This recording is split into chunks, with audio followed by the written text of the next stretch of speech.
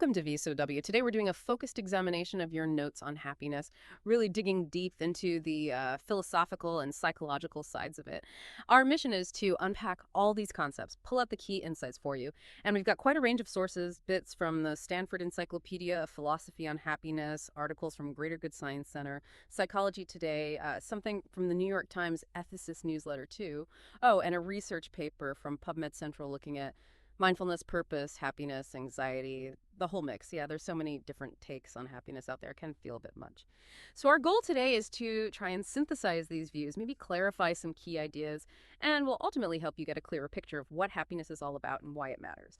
So maybe let's start with a really basic distinction, how we even define the word happiness. Right. The Stanford Encyclopedia of Philosophy makes this a really crucial distinction early on. Two core ways we use the word happiness.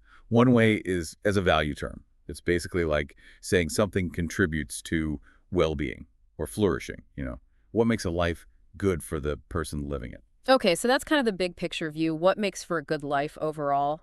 What's the other main sense of happiness they talk about? The other way is more descriptive, a psychological term. It's much more like how we talk about other mental states, joy, sadness, that kind of thing. It's focused on the subjective feeling or state of being happy.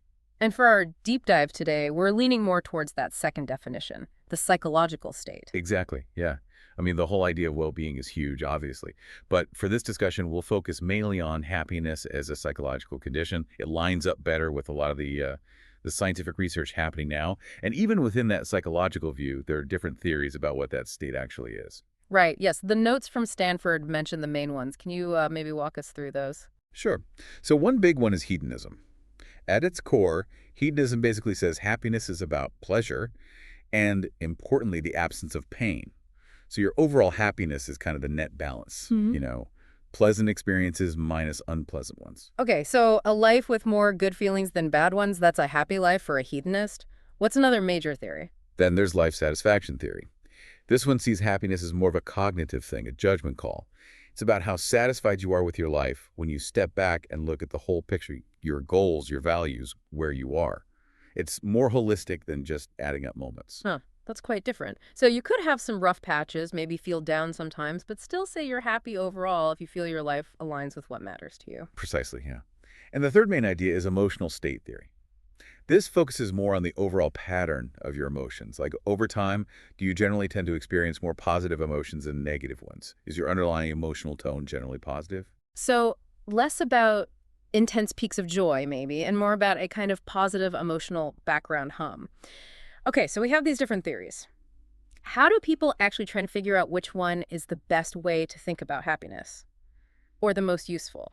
Well, the Stanford Encyclopedia mentions a couple of approaches. One is looking at the concepts themselves, linguistic analysis. Basically, how do we normally use the word happiness? Which theory best matches how we talk about it in everyday life? Because, some argue just raw pleasure doesn't quite capture what most people mean by happiness. Right, checking if the definition fits our intuition about the word. Makes sense. What's the other way? The other angle is practical utility. Which idea of happiness is most helpful? Helpful for understanding it, for pursuing it. Since we generally think happiness is a good thing, why do we value it? And which psychological state best explains why it's valuable? The encyclopedia even throws out the idea that happiness might be a mongrel concept. A mongrel concept, meaning? Meaning our everyday understanding is probably a bit messy, maybe borrows bits and pieces from all these different theories. It's not one simple thing. That actually feels quite right. It explains why it's hard to pin down. And this ties into that debate mentioned in the notes between life satisfaction and the more feeling-based accounts, like hedonism and emotional state theory. Exactly. That's a key tension. People who favor life satisfaction really emphasize that it's holistic, right? It looks at your whole life story, not just fleeting feelings. And they argue it connects better to our deep-seated priorities and values. Think about someone working hard for a cause they believe in. They might face difficulties, but still feel deeply satisfied. Yeah, that really clarifies the difference. Life satisfaction feels like a judgment from the top down, based on your values, while the feeling-based ones are more bottom-up, adding up the emotional moments. You got it.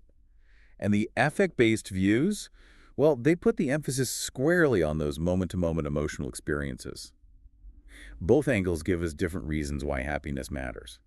Okay, so shifting gears a bit from the theory. What does the science actually say about happiness? Based on empirical studies. The Stanford notes cover some key findings here, too. Yes, let's get into the empirical side. What are some of the big claims coming out of happiness research? Well, a pretty common finding, one you hear a lot, is that most people actually report being happy. You see this in self-report surveys about happiness, about life satisfaction, and also in studies suggesting people generally have more positive feelings than negative ones day to day. That sounds pretty good, but the encyclopedia notes also mention some pushback on that, don't they? Some reasons to be cautious. That's right. For instance, if you're really focused on life satisfaction, you might question if just asking, "Are you happy?" really gets at it. Maybe you need to look deeper at people's actual choices and long-term well-being. And on the affect side, some argue that just having slightly more positive than negative feelings isn't enough for real happiness or flourishing. Mhm. Maybe you need a much higher ratio, like 3-to-1 positive to negative effect, or something like that. Right. So self-reports might not capture the full picture, and maybe just being slightly net positive isn't the same as thriving. Interesting. What else does the science tell us? Another really big finding is adaptation. People tend to adapt to major life events, good or bad. We often return to a sort of baseline level of happiness over time. This is the whole happiness set point idea. Ah, the hedonic treadmill concept. So things like winning the lottery or having a major setback might not change our long-term happiness as much as we'd expect. That's the general idea, yeah. Though how much we adapt and why is still debated and researched. The encyclopedia also mentions that, well, people aren't great at predicting what will make them happy. We make mistakes in chasing happiness. Right. We think we know what will bring lasting joy, but our forecasts about our future feelings are often off. Exactly. And, maybe surprisingly for some, research generally finds that money, material wealth, has a fairly modest link to happiness, especially when you look at day-to-day emotional well-being. Now, financial security definitely impacts life satisfaction. It helps meet needs, achieve goals. But for how happy you feel day to day, it seems relationships and engaging activities matter more. That really fits with the old saying, doesn't it? Money can't buy happiness, or at least not the emotional kind beyond a certain point. Our connections and what we do seem more critical for our feelings. Okay, let's zoom out a bit now. Look at the bigger historical picture and cultural views. The notes suggest our whole understanding of happiness has changed quite a bit over time. Oh, definitely. That New York Times piece really traces this evolution. Way back, in many early societies, happiness wasn't seen as just an individual thing. It was often tied up with the community, with justice, with everyone flourishing together. Much more of a collective project. Less inward looking, more about the group's well being. Right. Then you get classical thinkers, like Aristotle talking about eudaimonia, often translated as flourishing. He and others like Seneca or Cicero emphasized things like virtue, character, being involved in public life. That was key to a good, happy life. But, as the article points out, their ideas often assumed you had the leisure and education to pursue these things, which wasn't the reality for everyone. So the definition of a good life was often linked to social standing and privilege back then. How did things shift later on? Well, the Enlightenment was a major turning point. Happiness started to be seen more as an individual thing Mm. and more secular. It became almost like a basic human right, something everyone could aspire to. Thinkers like Locke argued this. Some, like Hutcheson, even connected individual happiness to helping others, to benevolence. The idea took hold that a just society should allow its people to pursue happiness. Interesting. So still linked to society, but the focus shifted more to the individual's experience. But then the meaning seemed to narrow again later, right? Yeah, especially in the 19th century, happiness got increasingly tied just to personal feelings, your mood, less about virtue or purpose. Jeremy Bentham and utilitarianism were really influential here, defining happiness as like a arithmetic of feelings, maximize pleasure, minimize pain. That was the goal. Right. A much more subjective, almost mathematical approach. But didn't John Stuart Mill push back against that purely pleasure-focused view? He did. Mill, while still a utilitarian, argued that just adding up pleasant feelings wasn't enough for true flourishing. He stressed the importance of things like intellectual development, autonomy, dignity. He believed some kinds of pleasure, like intellectual ones, were just inherently better, more valuable than others. Quality over just quantity. And then industrial capitalism and economic thinking seemed to shape the idea further, maybe pushing it towards materialism. That's a fair argument. Economics, especially with the marginalist revolution, started defining utility, often used as a stand-in for happiness, simply as getting what you prefer, satisfying your desires. This easily gets linked to consumption, acquiring things. So yeah, it contributed to a view where happiness seemed more tied to getting stuff. It's quite a journey from a community ideal to virtue to individual feeling, and often linked to economic success. The NYT piece seems to end by suggesting maybe we need to broaden our view again. Exactly. It hints at revisiting a view where happiness isn't just about us, but about our connections, our responsibilities, caring for others, not just a self-contained project. And, both that article and the greater good piece remind us how people understand and chase happiness really varies across cultures and history. There's no single definition everyone agrees on. That context is so important. It really shows how complex this is. Okay, let's focus now on something that comes up again and again in the notes. Relationships. Their role seems absolutely central. Oh, absolutely central. Source after source points to this. Close relationships are consistently one of the strongest predictors of well-being. Our relationships and happiness notes highlight that it's not just about having lots of friends. It's about self-disclosure, being able to really open up, share your inner world with someone. That's what seems to fight loneliness and boost happiness, even if you have a big social circle. That makes a lot of sense. It's the quality, the depth of connection, feeling truly known.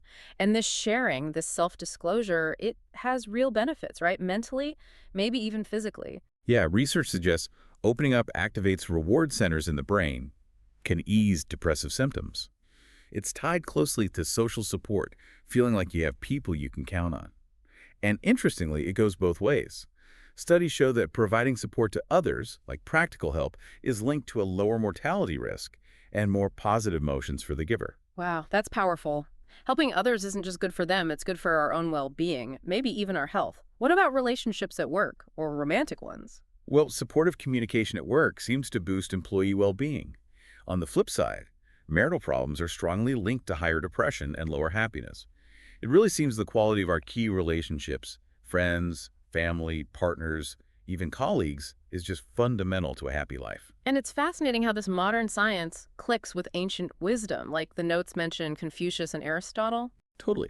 Confucius talked about the joy of learning and practicing with friends, the social side of growth. And Aristotle saw virtuous friendship, wanting the best for your friend for their own sake, as absolutely essential for eudaimonia, for flourishing. He thought that kind of connection was maybe even better than seeking honor. It's a timeless idea, isn't it? Deep, caring connections aren't just nice extras, they're foundational. Okay, let's shift to that PubMed Central study. It looks at mindfulness, purpose, happiness, anxiety, depression, trying to map out how they relate. This feels more like understanding the mechanics. Yeah, this study looked at a large group of women and found, maybe not surprisingly, significant links. Higher mindfulness went along with more happiness and less anxiety and depression. Okay, that fits with what we often hear about mindfulness. But the study didn't just stop at correlation, did it? It proposed a kind of pathway. Exactly. They tested a mediation model. The idea was maybe mindfulness helps people develop a stronger sense of purpose in life. And that sense of purpose then leads to more behavioral activation, basically, getting more involved, doing more things. And that engagement is what ultimately boosts happiness and reduces anxiety and depression. Huh, so it's like a chain reaction. Hmm.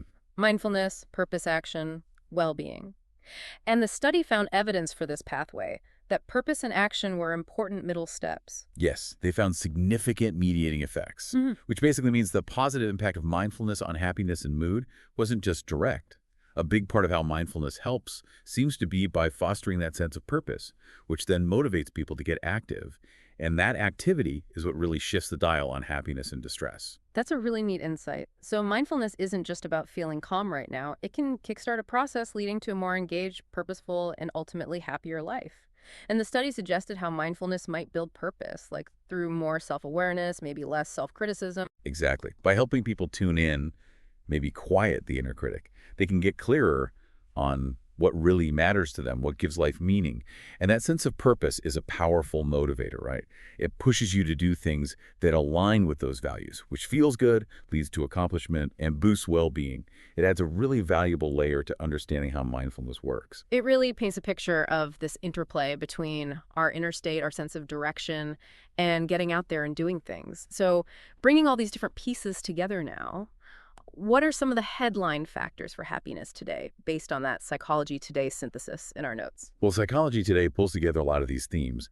They point to things like being curious, willing to take some risks, finding that balance between enjoying the moment and working towards longer-term goals. Also, nurturing supportive relationships, that comes up again. learning to handle all your emotions, keeping perspective, and echoing that study, cultivating mindfulness, meaning, and purpose. It's a really broad mix, covering our inner world and our outer life. Does Psychology Today suggest concrete habits we could build? Yes, definitely. They list things like practicing gratitude, being kind to others, trying to be optimistic, forgiveness, really investing time in relationships, also finding flow activities, Yeah. getting absorbed in something, try not to overthink things too much, savoring good moments and committing to goals that matter to you. Little things done consistently can add up. Practical stuff we can actually try. Now, we also have to acknowledge genetics, right? That happiness set point idea, the happiness pie. Absolutely. Yeah, behavioral genetics research suggests maybe around 50% of our baseline happiness level could be down to our genes, our temperament, essentially. Then maybe about 10% is life circumstances, income, major events, etc. And the remaining 40%, that seems to be down to our choices, our intentional activities, the habits we cultivate.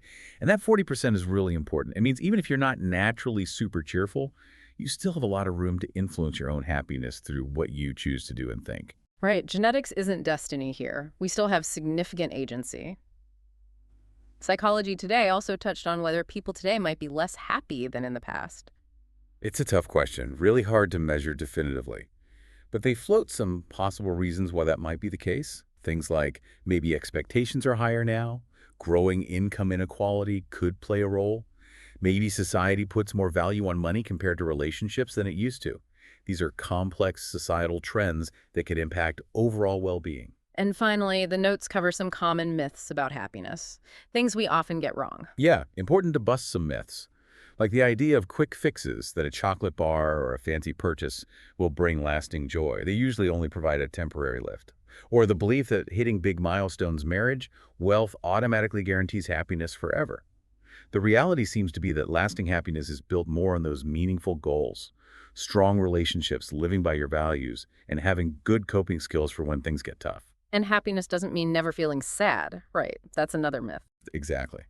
A full life includes sadness, disappointment, loss. Trying to avoid all negative feelings isn't realistic or even desirable.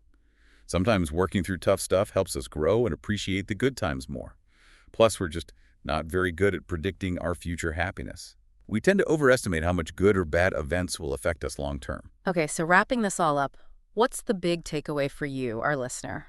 This deep dive really shows happiness is, well, it's complicated, it's multifaceted, understood differently across philosophy, science, history. It's clearly not just about feeling good all the time or ticking off boxes. Yeah, I think the sources consistently point to this interplay between our inner world, things we cultivate like mindfulness, purpose, and our outer world, our connections with people, engaging in activities that feel meaningful, that align with our values. It's both internal and external. So perhaps the question this leaves you with is, how can you take these insights, this richer understanding of happiness, and weave them into your own life? How can you find that balance between cultivating inner well-being and engaging meaningfully with the world and the people around you? And if you found this exploration helpful or it sparked some thoughts, please do subscribe to VSOW for more deep dives like this. Feel free to like this or leave a comment. We'd love to hear your perspective. Thank you for joining us for this deep dive on happiness here on VSOW.